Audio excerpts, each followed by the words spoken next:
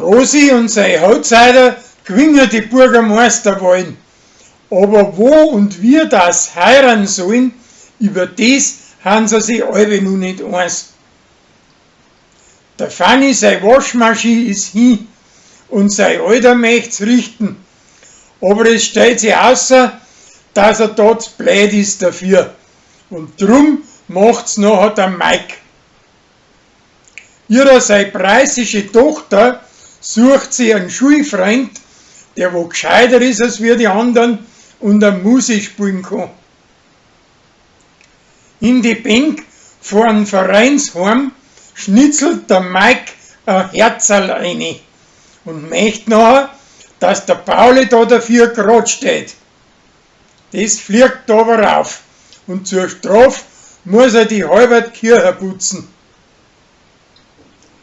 Zum Hummerl sein Hof kommt ein neuer Rauchfangkürer, aber sie, der kennt ihn zuerst gar nicht, weil sein Alter den Zettel von der Nachricht verschlampt hat.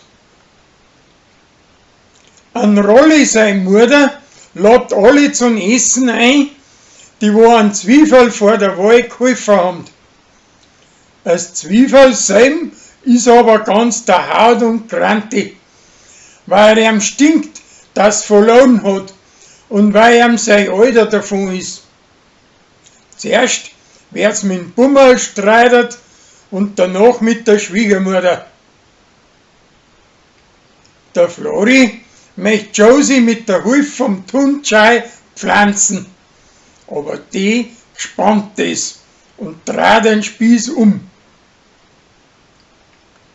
Die Wirtsleut hat heuer das der Blecker von den Großkopferten am Nockerberg so gefallen, dass es in einem eigenen Wirtshaus auch haben möchten. Und machen soll das der Gerstl. Die Annalena hat zuerst wollen, dass das Zwiebel danach eingeschnappt ist. Aber der Gerstl kommt bei den Leuten recht gut an, auch bei den Tabletten.